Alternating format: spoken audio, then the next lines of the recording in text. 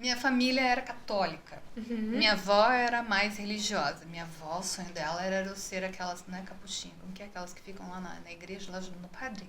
Coroinha? Coroinha. Ela Mulher pode ser conseguiu. coroinha? Eu fui coroinha por um dia. No domingo que eu fui, eu acabei com a missa irritando. Ai, eu adoro essa Que história. o padre me tirou. E assim, graças a Deus, né? Thanks God. O padre me tirou de ser coroinha. E eu fiz primeira comunhão, porque minha mãe quis, né? Minha mãe, minha avó. Fiz crisma, fiz todas aquelas coisas na crisma. Gente, na crisma foi demais. Eu tinha o show da Xuxa no mesmo dia. Que você tem que se preparar, daí você ficava lá no seminário, né? Dormindo. E, tipo, se preparando, né? Nossa, tem tudo isso pra Cristo? Tinha naquela época, não sei porquê, mas tinha. E daí eu fiz isso. Me levaram, minha mãe me deixou lá no negócio da crisma, lá no seminário, e show da Xuxa. E eu em desespero, a Xuxa tá em Curitiba, eu quero ver a Xuxa, né? Ai, Xuxa, fofinha, adorava a Xuxa, ainda gosto dela, tá? Ainda mais que ela é vegana.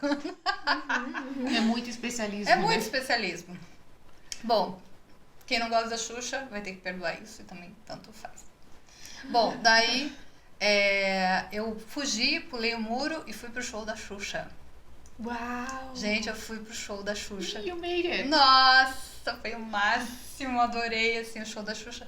Daí terminou o show da Xuxa, eu voltei e despulei o muro. Ah, E fui lá pro, e ninguém pro sentiu seminário. falta? Se sentiram ou não me falaram? Acho que não, acho que eu era meio assim irritante lá.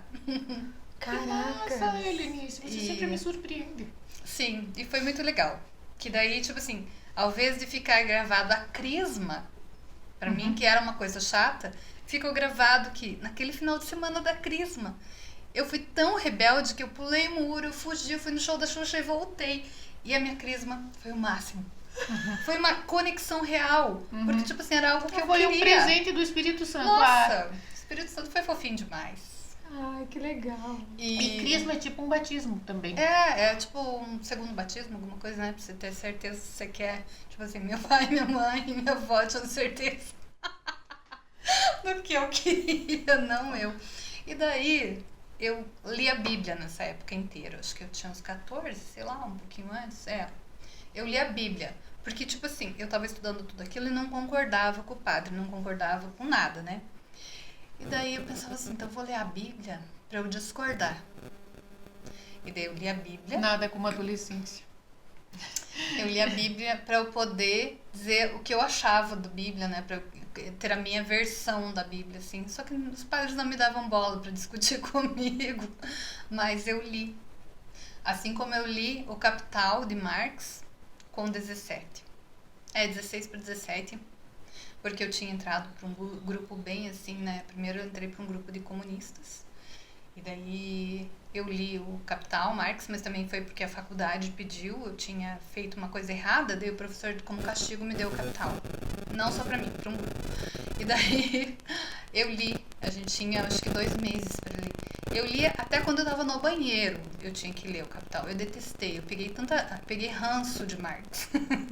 Nossa! Imagina, você com 17, já tinha lido a Bíblia foi menos chato que Marx. E daí eu li a biografia dele e achei ele pior ainda. Daí eu falei assim, não quero mais saber dele também. Daí eu fui pro anarquismo. O anarquismo era mais divertido, mas quase fui presa. Daí eu falei assim, acho que melhor também não ir por aí, né? Daí eu entendi que o anarquismo não era nada disso, era muito ao contrário, era pra você ter consciência. Mas os grupos eram meio perdidos, mas tudo bem. Bom, neste meio tempo religioso também, eu falava muitas coisas, porque desde pequena eu tinha sonhos, tinha visões, tinha coisas que aconteciam e que eu falava. Só que a minha mãe sempre falava assim, se você fizer isso, Helenice, você vai acabar como a tia Daíra, que era uma tia minha que estava louca há muito tempo no asilo. E eu dizia assim, nada disso é real, isso aqui nem existe. Imagine que é como se a gente tivesse dentro do sonho de um gigante. Uhum. E daí, uma vez eu falei assim, imagina que a gente é uma borboleta e a gente tá sonhando que é humano, ou ao contrário. E eu falava coisas assim. Com E daí- quantos anos? desde pequena. Caraca! E daí, essa minha última frase, a minha última fala mesmo, acho que foi de 13 para 14, quando eu comecei a ler a Bíblia para discutir, porque daí eu fui proibida. E daí nisso foi engraçado porque eu falava isso e depois quando eu li O Mundo de Sofia e eu li aquele Imperador Amarelo, eles falavam exatamente a mesma frase que eu falava quando eu era pequeno, só que eu não tinha nem lido O Mundo de Sofia, muito menos Imperador Amarelo ou alguma coisa assim, não me lembro se ele era amarelo ou não, mas não sei que seja. Bom, daí com 13, 14 estava eu, minha prima, no quarto, na praia, e ela tinha um quadro que era um menino sentado na lua assim, não sei, a lua assim, e ele pescando. Ah, E eu comecei a falar de sonhos e o que o Sem fala, mas naquela época eu falando como uma adolescente. E minha prima começou a chorar, porque eu falava, isso aqui não é real, Patrícia. Ela não fala mais comigo. Patrícia, se você me ouviu um dia, eu te amo. Fica assustando mas as ela não, crianças. mas ela não fala mais comigo não por isso. Eu também não faço ideia. Só sei que várias vezes eu fui atrás dela, ela não me deu retorno e simplesmente não faço ideia do que aconteceu. Mas eu era apaixonada por essa prima. Mas ela daí começou a chorar, chamou minha mãe, chamou minha tia, e minha mãe disse, eu não quero mais você falando essas coisas, Helenice, por causa disso, disso, aquilo. Hoje eu entendo a minha mãe. Minha mãe, na verdade, estava me protegendo, porque todo mundo achava que eu era doida, entende? E minha mãe... Agora a gente tem certeza.